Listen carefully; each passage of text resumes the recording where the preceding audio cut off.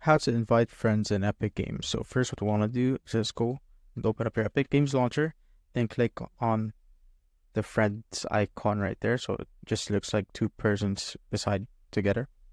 So just simply click on that.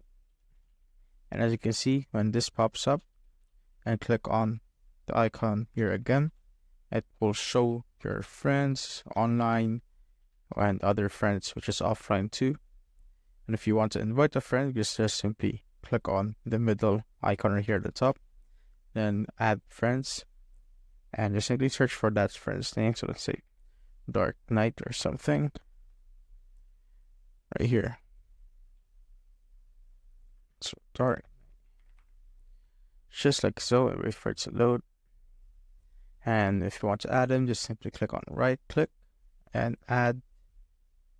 Just click on add Epic friend and wait for them to accept your invite. And that's basically it. That's how you invite someone in Epic Games.